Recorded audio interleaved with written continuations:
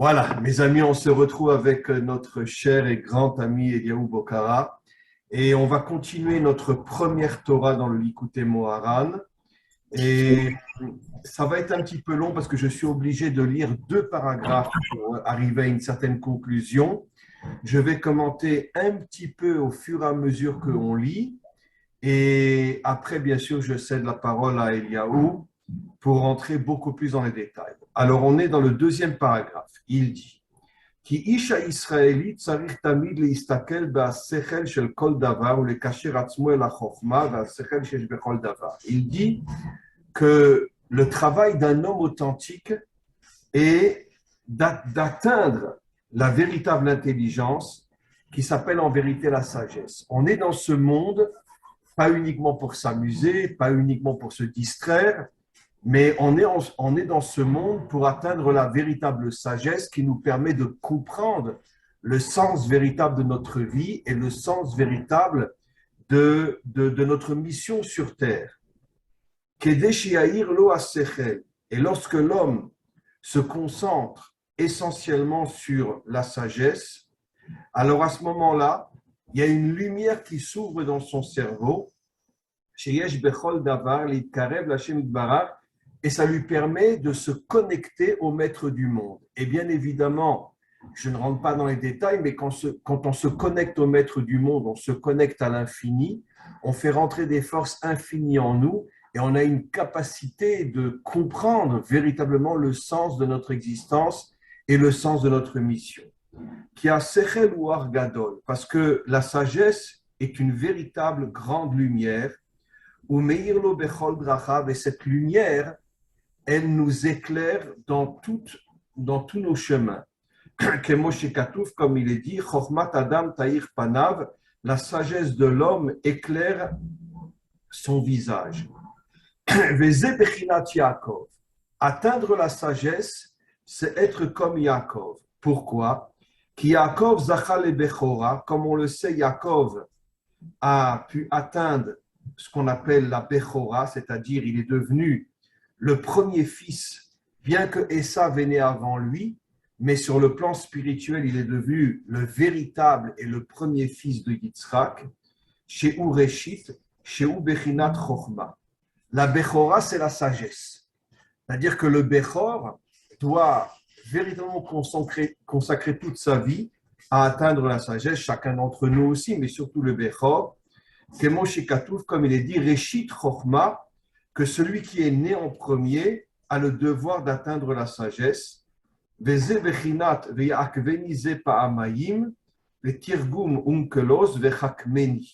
Esav a dit que Yaakov est beaucoup plus sage que moi, et la sagesse, c'est ce qu'on appelle le soleil, qui éclaire la lune, comme on va le voir dans le deuxième paragraphe. Qui a sechel ou meirlo bechol drachav, kemo hashemesh, de la même manière qu'en journée, le soleil éclaire notre journée, de la même manière, la sagesse éclaire notre vie. Comme il est dit, ve'orar tzadikim ke'or noga oler ve'or ad nachon hayom, que la lumière des justes éclaire leur chemin dans leur vie, ve'ze bechinat chet, la shon chayut, la lumière de la sagesse, c'est en vérité la vie qui rentre en nous. Lorsqu'un homme est déconnecté de la sagesse, il est déconnecté de la vie authentique. Parce que la sagesse est la vie que l'homme reçoit, comme il est dit à Chochmat Techay. Je lis juste maintenant le deuxième paragraphe très important et je passe la parole à Eliaou. Maintenant, la sagesse contient en elle ce qu'on appelle le Or En Sof, une lumière infinie. Et il est très difficile d'atteindre la sagesse si on ne passe pas par un autre chemin, qui est le Nun. Le Nun a pour valeur numérique 50, Sheu Bechinat Malchut, qui est la Malchut. C'est quoi la Malchut?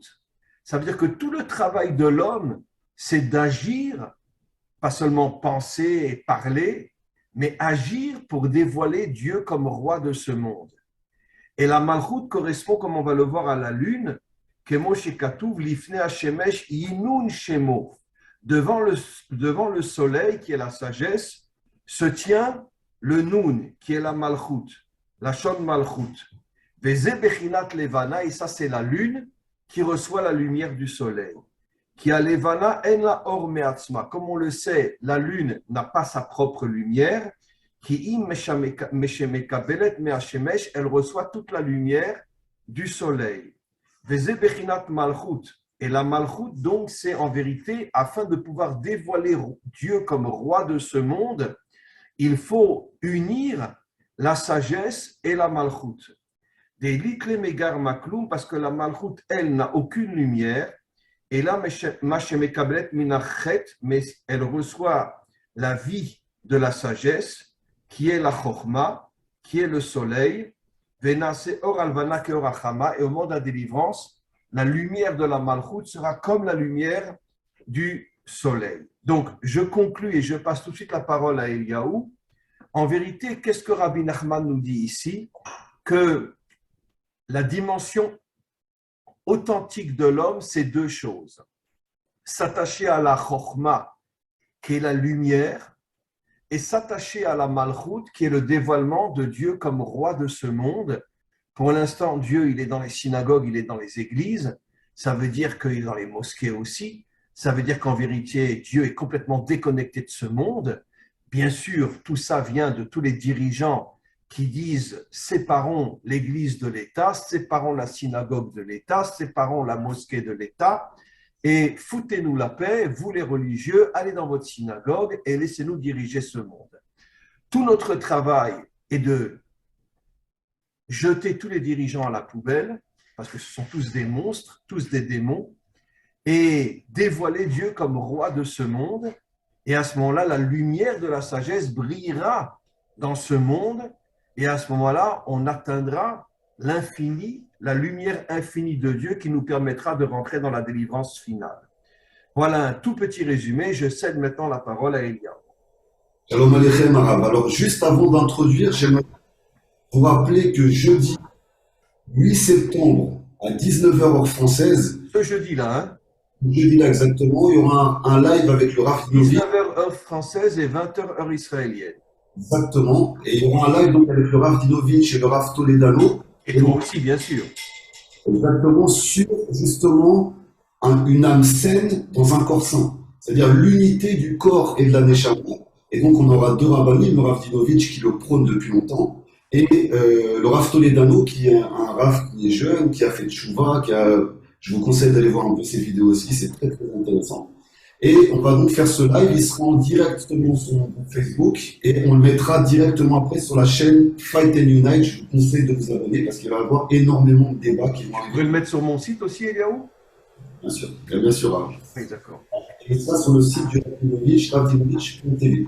Vous allez retrouver sur ces trois plateformes. Donc, par rapport à ce que vous avez dit, Arav, au tout départ, on a parlé de conscience. Car l'homme hébreu devra toujours porter les regards de sa conscience vers l'intelligence divine. C'est-à-dire que chaque être humain reçoit depuis, entre guillemets, l'âge de la prise de conscience, c'est-à-dire il y a une conscience qui est là, qui vient guider l'être humain à pouvoir, entre guillemets, si l'humain est assez attentif à sa conscience, à guider l'être humain dans ce labyrinthe qui est cette planète, parce que avant la descente de l'âme sur cette planète, l'âme connaît toute la Torah, connaît le Créateur, connaît la vérité. Et puis après, on lui efface la mémoire ici, on dit qu'un ange vient percuter ici cet endroit, ce qui efface la mémoire, entre guillemets, de l'être humain. Et il doit... La Torah reste en elle, mais dans son intériorité, et l'homme doit se connecter à son intériorité pour redévoiler la Torah dans ce monde. Exactement. Et le seul guide, entre guillemets, qu'on a à ce moment-là, c'est la conscience. Je pense qu'on a tous, dans notre jeunesse, on a été poussé à faire des bêtises, à faire des erreurs, et à chaque fois qu'on devait faire ces erreurs, ces bêtises, il y avait quand même un saut de conscience qui était là, qui nous disait, bon, ce que tu fais, c'est bon, c'est pas bien, et ça nous guide.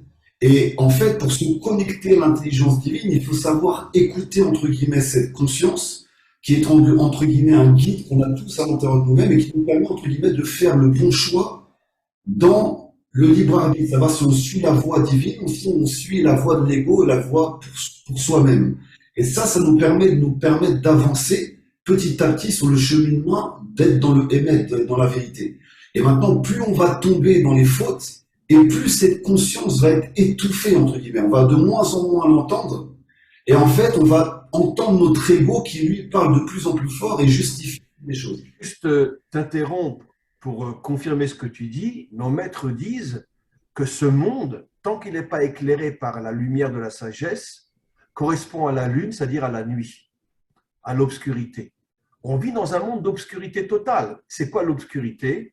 Le plaisir, l'argent, etc., qui nous enferment dans une obscurité qui nous déconnecte totalement du sens profond de notre mission dans ce monde.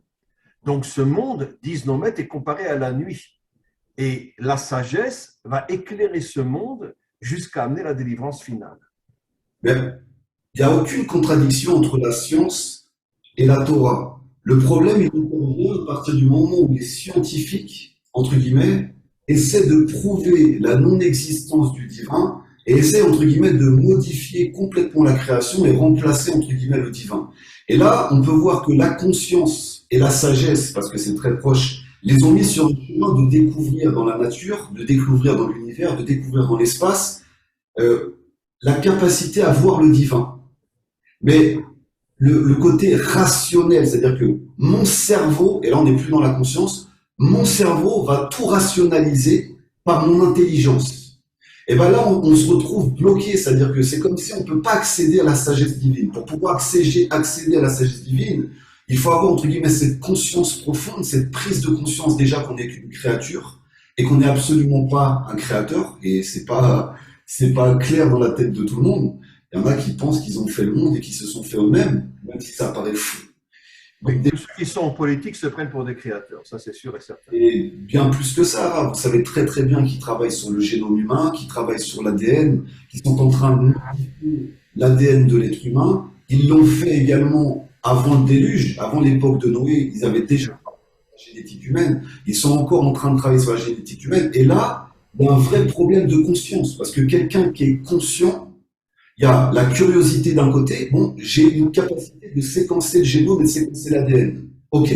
Mais maintenant, quelle sagesse il y a derrière? Est-ce que c'est pour créer un super-humain, comme tous les gouvernements ont toujours voulu faire, c'est-à-dire la race aryenne, l'homme ultime, qui va dépasser, entre guillemets, le divin, c'est toute la tour de Babel et tout le fonctionnement, entre guillemets, de Nimrod. Ou alors, juste pour confirmer ce que tu dis, c'est ça la tour de Babel. Les commentaires disent que Nimrod, il a construit la tour de Babel pour dire à Dieu, reste en haut, fous-nous la paix et laisse-nous le monde d'en bas. Bien sûr. Et c'est là le problème, c'est-à-dire que là, il n'y a plus de conscience. On fait les choses de manière simplement avec une intelligence froide et reptilienne, calculée. Et là, ça devient très dangereux pour l'humanité parce qu'il n'y a plus cette conscience divine de est-ce que je ne suis pas en train de modifier ma création? Est-ce que je ne suis pas en train, entre guillemets, de glorifier mon ego? Et je suis en train d'impacter, entre guillemets, l'humanité d'une façon qui va être presque irrémédiable. Et on est en train de rentrer dans ce système-là, même si la science, je le dis, elle est en adéquation complète avec la Torah. La science, c'est quoi, entre guillemets? C'est chercher comment le monde fonctionne. Donc un homme de Torah, il cherche comment le monde fonctionne. Pour confirmer ce que tu dis, en vérité, la Torah et la science, c'est l'union entre le monde d'en haut et le monde d'en bas. La Torah, c'est la dimension spirituelle, la science authentique des vrais scientifiques, comme Einstein, par exemple, qui reconnaissait l'existence de Dieu. Pourtant, Einstein n'était pas un homme pratiquant, mais d'un autre côté, il était sûr et certain que Dieu existe. Et il n'est pas le seul. Il est vrai qu'aujourd'hui, il y a une sorte de révolution parmi le monde scientifique. De plus en plus de scientifiques commencent à comprendre que Dieu existe. Bon, chacun selon sa religion et chacun selon son essence, mais en tous les cas, il y a une prise de conscience que Dieu existe. Avant, c'était une fausse science qui était complètement trafiquée par l'ego et par l'orgueil. Mais la science représente le monde d'en bas et la Torah représente le monde d'en haut. Et il faut unir la Torah et la science. D'ailleurs, beaucoup de commentaires disent qu'au moment de la délivrance, il y aurait une unité parfaite entre la Torah et la science. De toute façon, Arav, tous les personnages de la Torah étaient aussi des scientifiques. On a bien vu que Abraham avait la capacité de lire dans les étoiles et il a cherché le divin à travers le soleil. Il a vu que ça ne pouvait pas être le soleil, à travers la lune, à travers les étoiles, à travers le vent. Donc il a étudié, entre guillemets, la nature comme un scientifique. Et comme vous l'avez dit, Einstein, à la fin de sa vie, en perçant les secrets de la nature, il a pu découvrir l'existence du Créateur. Donc en fait, tous les personnages de la Torah sont de grands scientifiques au final. C'est pour ça que je dis qu'il n'y a aucune contradiction entre le fait d'être un scientifique et un homme de... Prenons l'exemple du rabbi de Lubavitch, un homme d'une dimension spirituelle incroyable qui a étudié à la Sorbonne à Paris pour devenir un grand ingénieur. Mais voilà un homme authentique qui est arrivé et qui a compris qu'il fallait unir le monde d'en bas avec le monde d'en haut. bien sûr, Maïmonide, c'est la même chose, c'est un grand médecin. Maïmonide était un grand médecin aussi, bien évidemment.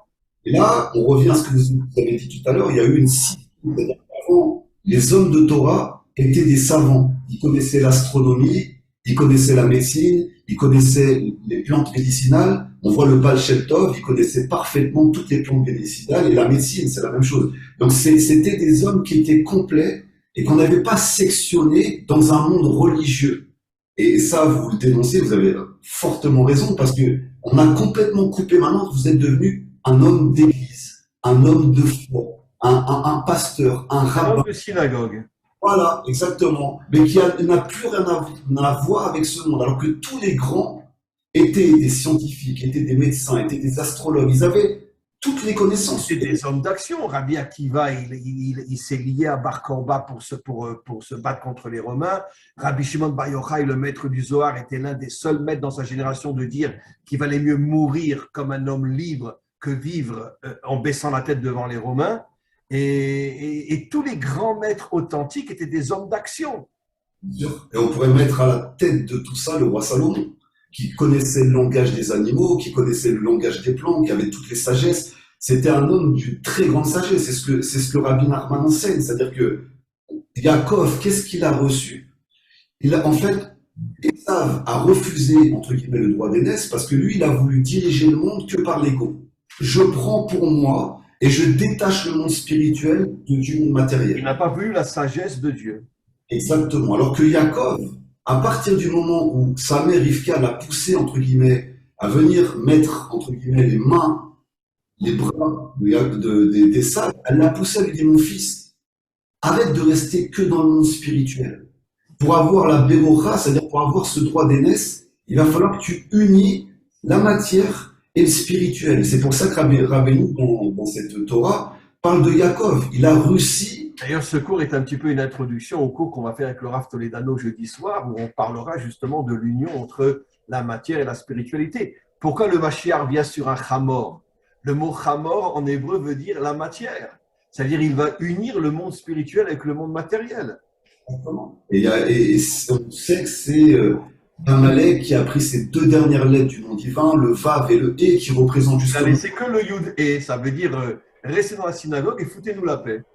Donc c'est quoi, Arav, le contraire de la division? C'est quoi le mot? Quel est le contraire de la division, Arav? C'est l'unité. L'unité, bien sûr. Un homme de Torah ou une femme de Torah, elle doit être unie dans tous les domaines. Elle doit chercher le Créateur dans tous les domaines de l'existence. C'est pour ça que... Et l'unité, on l'a commencé avec le coup qu'on a fait avec cet homme extraordinaire, ce musulman.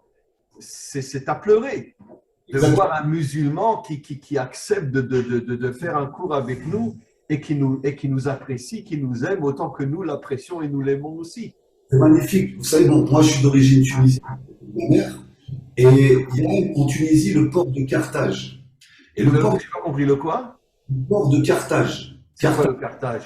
La cité de Carthage. Et Carthage, c'est un endroit où tous les savants musulmans, juifs, chrétiens se réunissaient et avaient des échanges sur la science, sur la poésie, sur le monde. Et on n'a jamais vu des avancées aussi grandes que quand l'humanité se réunit et commence à échanger, à parler. Et c'est là qu'on commence à faire un bond en avant. Les États-Unis ont voulu le faire, mais malheureusement, ils utilisent la force du mélange, entre guillemets, pour dominer le monde. Mais c'est toujours, en fait, à chaque fois que la lumière ou la sagesse veut faire quelque chose, elle est copiée tout de suite par les forces obscures qui veulent réunir tout le monde, comme on l'a vu avec dans la tour de Babel, qui voulaient réunir tout le monde, et cette fois-ci pour défier. Mélanger tout le monde, casser l'identité des peuples. Nimrod, c'est le premier qui a commencé à casser l'identité des peuples, et ça s'est terminé avec Sancheriv qui a mélangé tous les peuples, et aujourd'hui, on ne sait plus où sont les 70 nations adamiques. Exactement. Mais à la base, c'était le plan d'Hachem de réunir toute l'humanité, les 70 nations et Israël. Mais à chaque fois, les forces contraires font l'opposé, c'est-à-dire ils vont prendre le projet Ils vont le mettre soi-disant sous une bonne attention, les États-Unis d'Amérique, alors qu'on sait que c'est la terre la plus esclavagiste du monde, qui utilise entre guillemets la démocratie et la pseudo-liberté pour mettre la dictature. Les plus grands massacreurs d'hommes et de femmes et d'enfants et de nourrissons du monde. Ils ont massacré des millions d'Indiens, ils ont massacré des millions de Noirs, ils ont violé des millions de femmes noires, etc.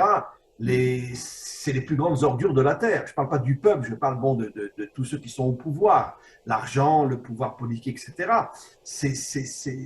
Et de toute façon, je veux dire, je l'ai annoncé dans un cours cette semaine lundi, que la guerre de Gog, c'est l'union entre la Perse et les Américains.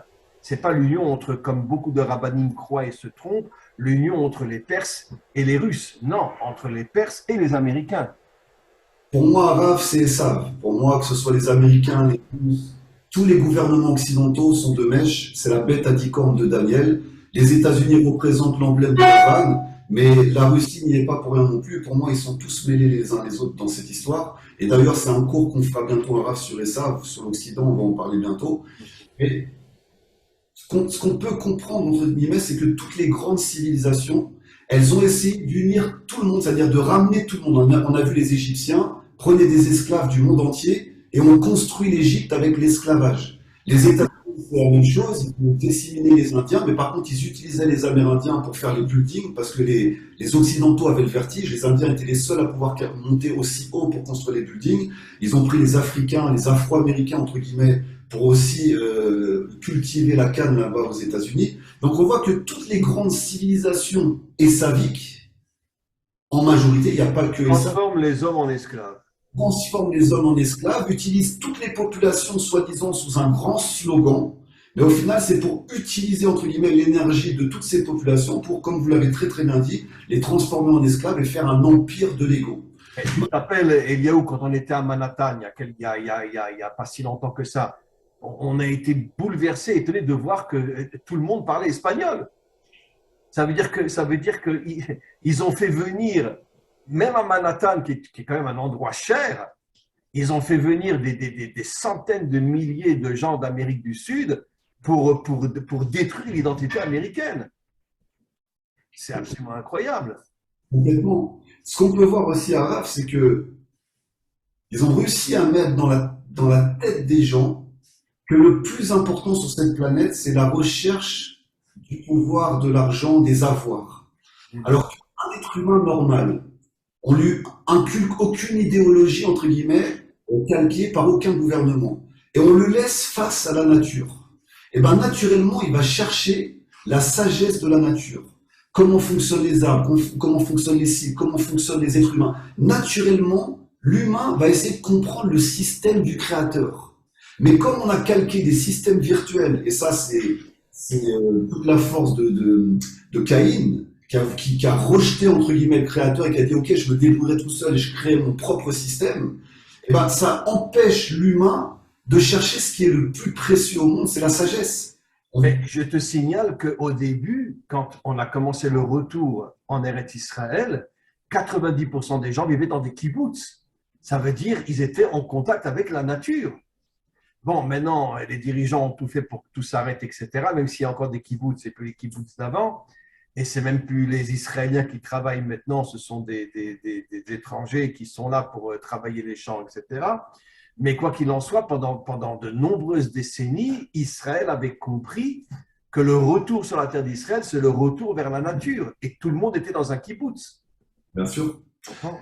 Alors, il y a un homme qui avait le potentiel réel d'être le Mashiach, parce qu'il a réalisé vraiment pratiquement toutes les choses qu'on appelle le Mashiach, c'est le roi Salomon, le roi Shlomo.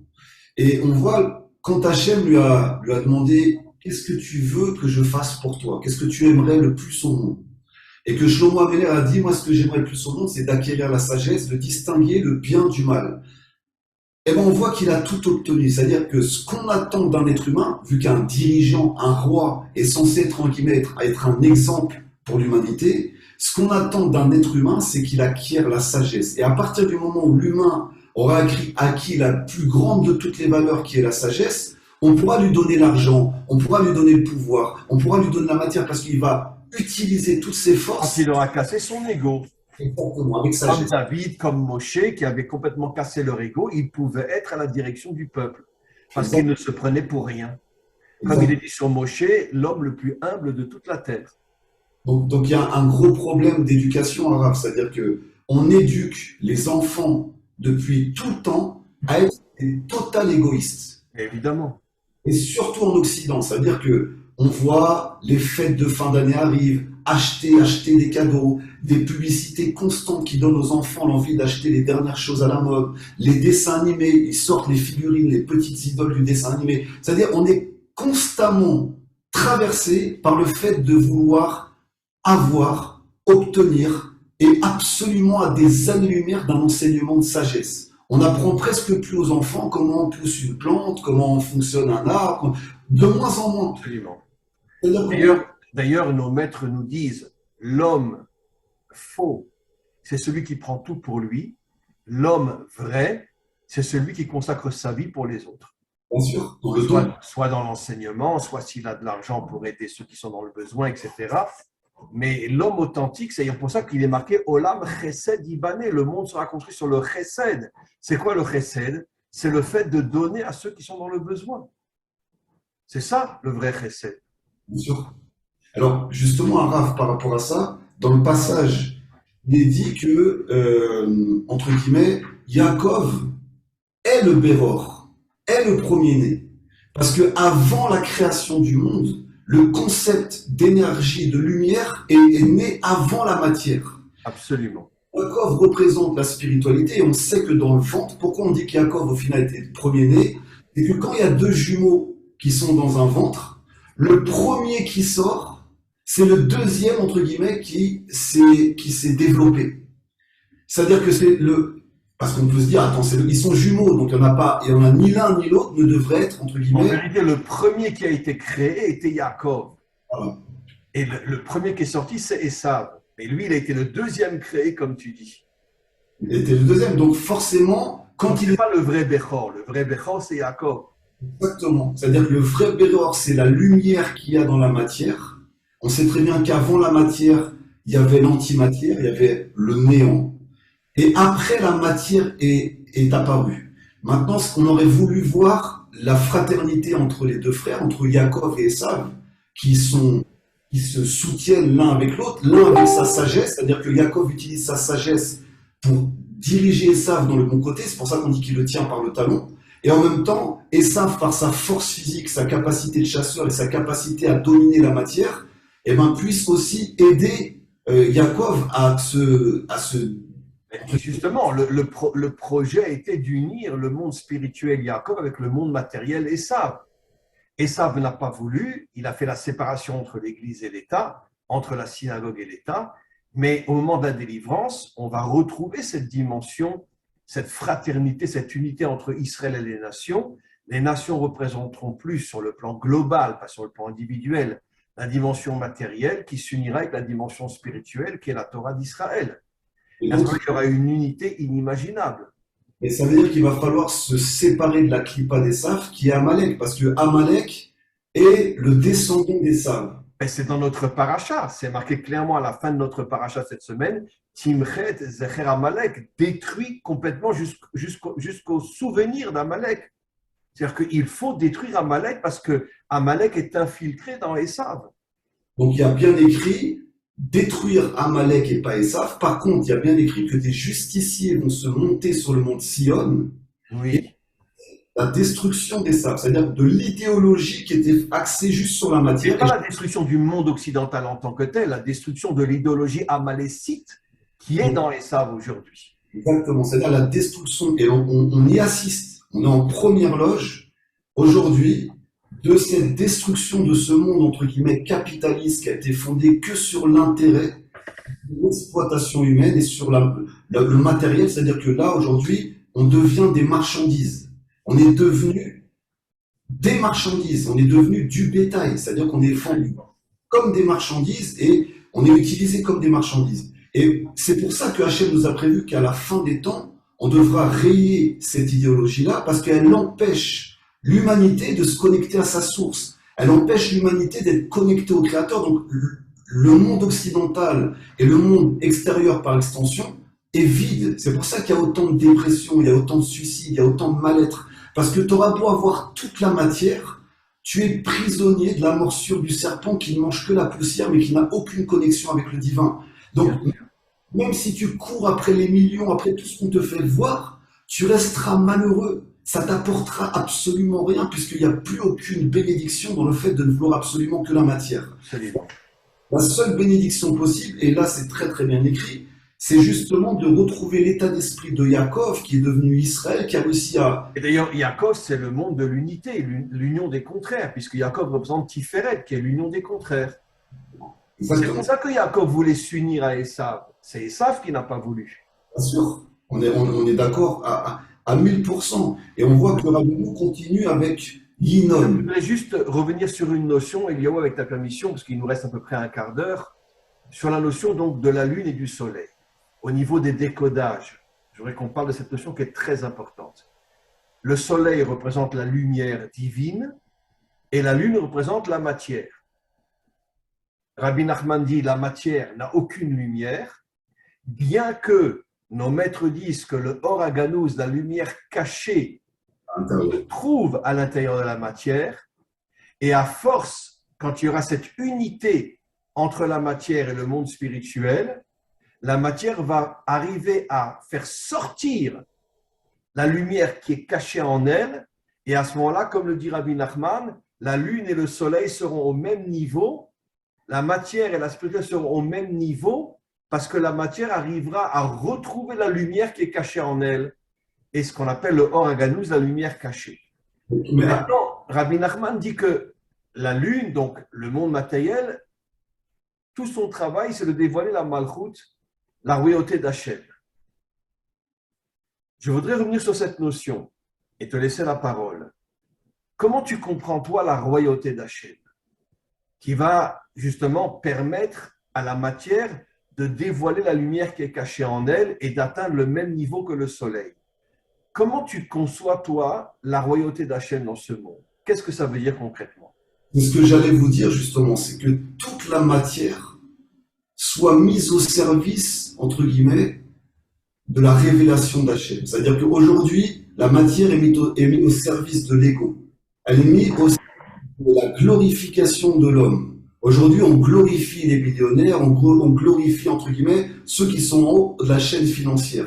On les glorifie et tout le monde aspire à ce type de vie-là, enfin, la grande majorité. Le fait que la malchoute du Créateur revienne sur Terre, c'est que toute cette matière, elle sert déjà à utiliser la sagesse humaine pour révéler un monde extraordinaire, parce que franchement, on a tout pour faire un monde extraordinaire. Les cycles de la nature, si on regarde comment la nature est faite, le Créateur a fait une nature mais extraordinaire. C'est-à-dire tout. Bien que l'homme aujourd'hui fait tout pour détruire la nature et pour agir sur nous, ça c'est sûr. Parce qu'il n'a pas fait le choix de la malchoute. La malchoute, c'est de sublimer la matière et d'élever la matière, d'élever tous les stades de la création. Ça, c'est la malchoute. C'est-à-dire c'est des êtres d'âge, des hommes, des femmes, qui utilisent, entre guillemets, cette planète pour la rendre encore plus belle et la réveiller et continuer à faire circuler les cycles naturels en respectant l'être humain et en allant même dans l'espace. Il faut bien comprendre qu'on ne va pas rester sur cette planète éternellement. On va avoir la capacité de passer de planète en planète et de modifier des planètes, et de les rendre hyper fertiles, hyper florissantes. Le but de l'être humain, c'est de rendre splendide l'univers. Il est déjà extraordinaire, mais c'est de le révéler de plus en plus puisqu'on est en association avec le Créateur. Maintenant, on sait... Donc, pour l'instant, on vit dans l'extériorité de la matière et tout notre but, c'est justement de révéler l'intériorité de la matière. Bien sûr. À quoi pour parler concrètement, tu reçois des millions, d'accord? À quoi te servent ces millions? Qu'est-ce que tu vas en faire? Tu peux rentrer dans le club très fermé des millionnaires et t'acheter le plus beau des paquebots, la plus belle des voitures, la plus belle des villas pour être le plus grand des riches et rentrer dans ce cercle-là. Ou tu peux dire non, moi, cet argent-là, je vais bien vivre, oui, mais avec cet argent-là, j'ai envie d'amener du bien, rétablir la justice, faire ce qu'on appelle la tzedaka, c'est-à-dire transformer les mondes. J'ai les moyens. Je ne suis pas, entre guillemets, comme Gandhi. Gandhi s'est défait, il venait d'une famille très riche, très noble, et il s'est défait, entre guillemets, de tout son argent pour aller se mêler aux pauvres. Tu sais que le Talmud dit que le roi David mettait de l'argent personnel de côté, et quand il y avait un jugement entre un riche et un pauvre, et que le riche gagnait, pas forcément parce qu'il avait payé les juges, non, mais parce que bon, le pauvre s'était mal comporté à l'égard du riche, ça prouve que ça peut exister aussi. David donnait tout l'argent que le pauvre devait rendre au riche, c'est dans le Talmud, hein, il le donnait aux pauvres pour que le pauvre n'ait pas besoin de s'appauvrir encore plus. 100%, parce que c'était quelqu'un de juste. Et par exemple, je reviens un petit peu sur les civilisations.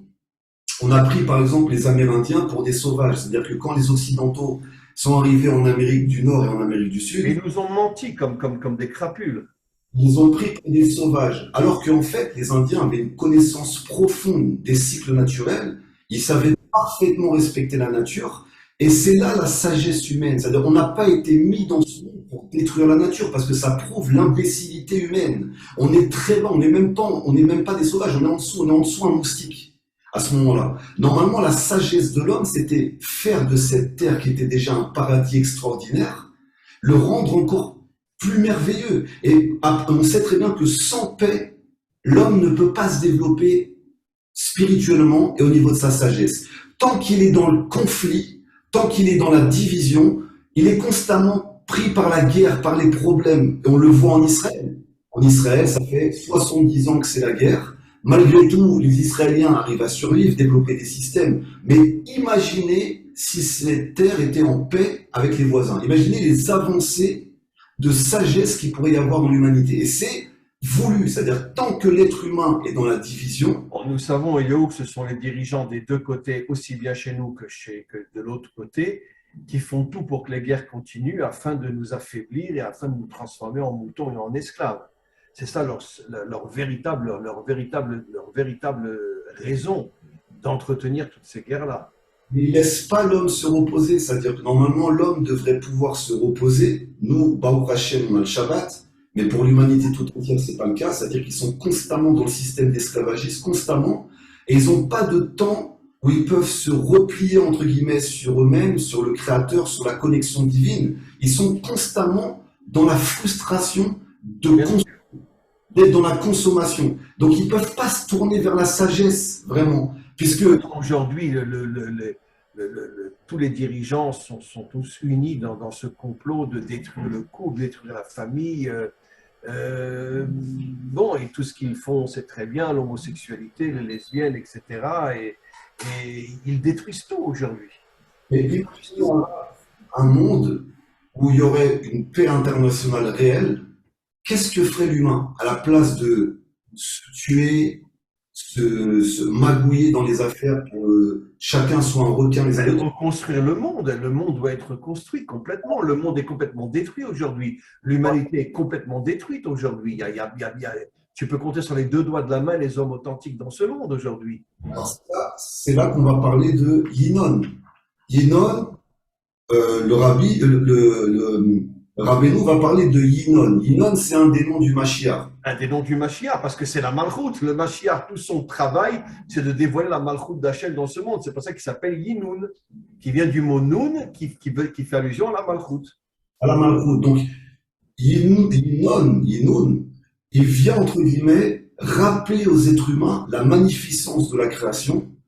Et en fait, il va détacher, entre guillemets, la conscience humaine qui est attachée à un leurre, hein, c'est-à-dire attachée à la matière, mais juste à la matière sans énergie, et va ramener la conscience à chaque être humain que on a cette responsabilité de faire descendre la malroute du Créateur sur Terre. Elle est là, on doit la réguler par respect de la nature, par respect des êtres humains, par l'annulation des guerres qui sont faites par les dirigeants. Et là, il va y avoir un vrai travail, c'est-à-dire que, je ne sais pas, Araf, si vous imaginez, à la venue du Mashiach, les guerres terribles qui vont être faites contre les gouvernements. Je ne sais pas si vous imaginez. Et en plus, évidemment, et déjà il y aura la guerre de Gog.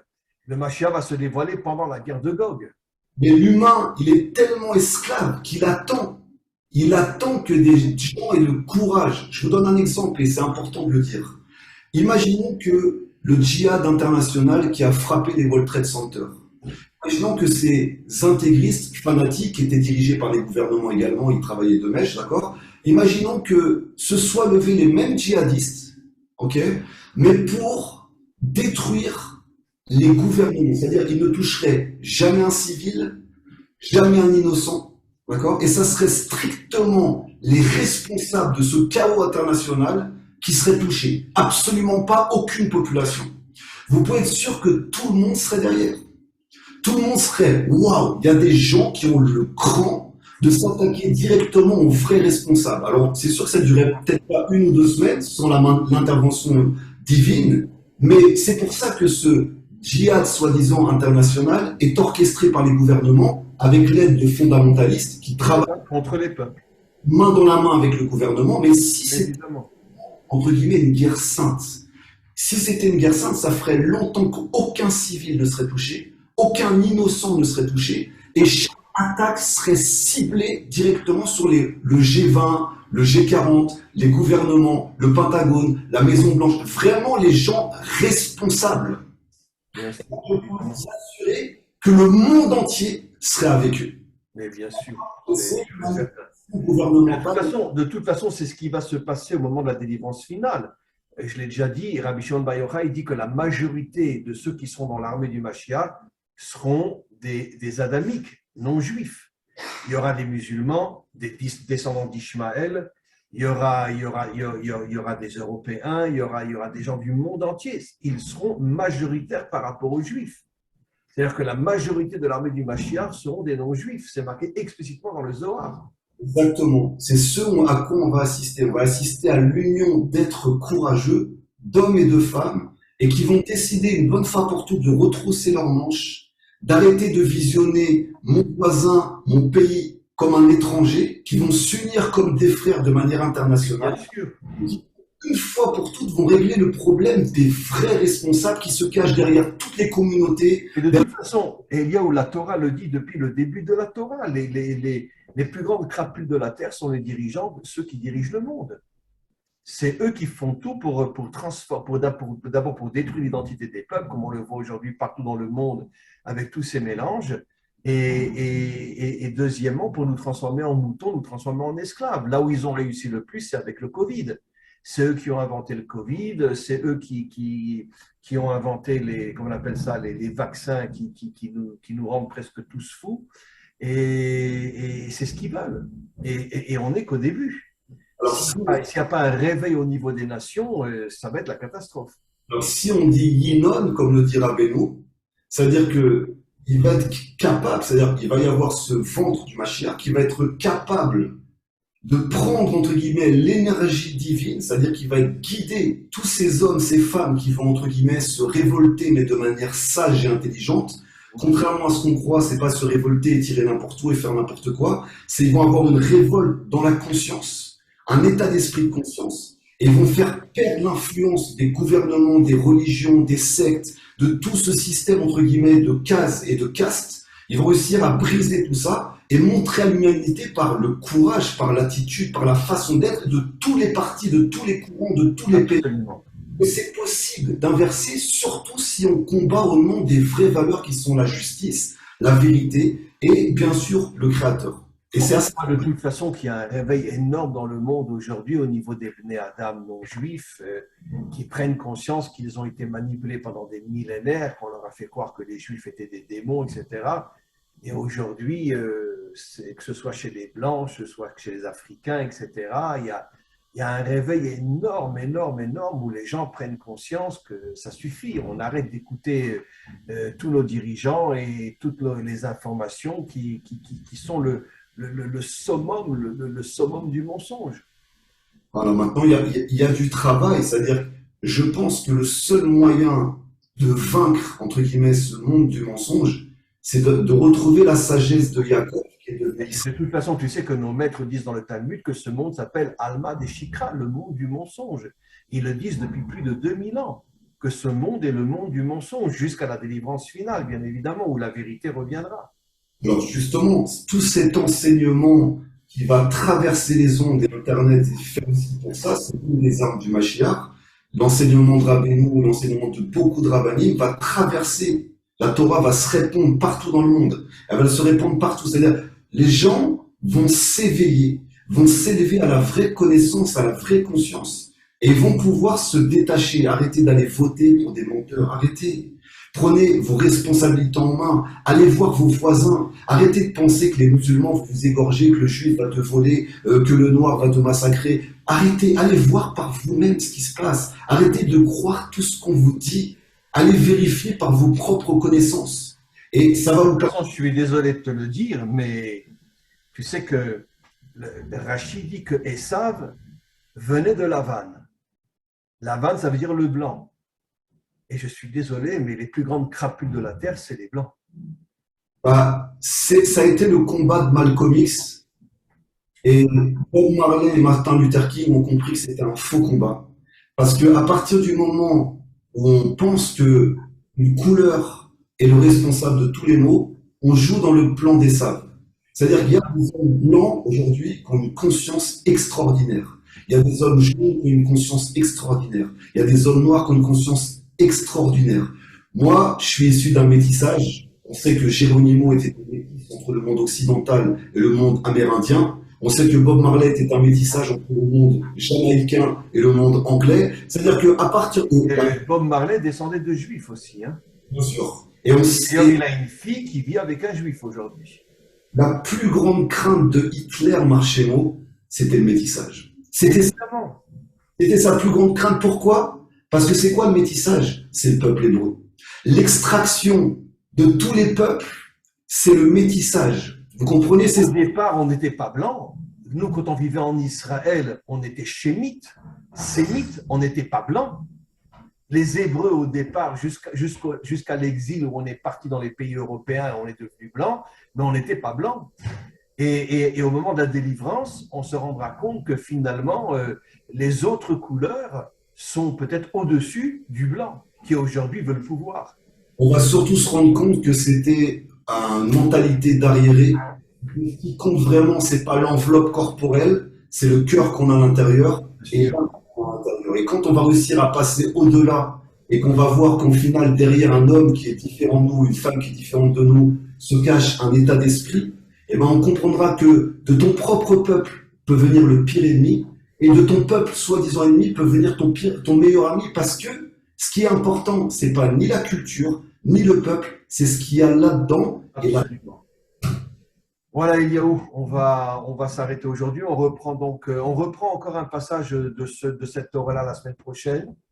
Hein. On s'appellera pour choisir un passage. Et donc, n'oubliez pas, comme l'a annoncé Eliaou, ce jeudi, nous faisons tous les trois, enfin tous les deux, avec un Rav qui s'appelle le Rav Toledano, un cours sur l'union justement entre le corps et l'âme, et l'union entre la matière et la dimension spirituelle, et qui sera un petit peu la continuité de ce que nous avons dit aujourd'hui. Le cours est à 20 heures en Israël, 19 heures en France. Et Lyon, rappelle-moi d'envoyer le lien, parce que je suis tellement occupé que je risque d'oublier. et vous pourrez assister directement à ce live sur mon Facebook, qui sera retransmis en direct, comme le live avec Abou qu'on a fait. Et vous pourrez poser vos commentaires, poser vos questions, et on répondra aussi à la fin de ce live à toutes vos questions. Donc, si vous voulez Ah, il y aura une partie de questions, absolument. Hein. assister au live, connectez-vous à mon Facebook directement et vous pourrez assister directement au live. Et après, vous l'aurez en replay sur le site du Ravdinovich, ravdinovich.tv, et sur la chaîne YouTube Fight and Unit, vous aurez le replay directement de ça. C'est magnifique. Merci beaucoup, beaucoup, beaucoup, beaucoup, Eliaou. Je n'ai pas de mots pour te remercier. Et sache que nos cours sont de plus en plus appréciés et qu'on continue ensemble. Amen. Et on a un projet énorme, Eliaou et moi, et au fur et à mesure, on va en parler. Il faudra qu'on fasse malgré tout aussi des cours ensemble sur ton YouTube, enfin sur notre YouTube Fight Unit, pour expliquer un petit peu le projet. Peut-être mercredi prochain ou jeudi prochain, peut-être, on va se réunir et on va faire un cours. Pour bien exprimer le projet qu'on a l'intention de mettre en pratique. D'accord, Eliaou? Avec plaisir. Alors, à très, très bientôt. On se retrouve jeudi. Et encore une fois, merci à tous et à toutes et merci à Eliaou. Et on se retrouve dans 2 jours. En 2 jours. Voilà. À bientôt, Eliaou. Au revoir. À bientôt.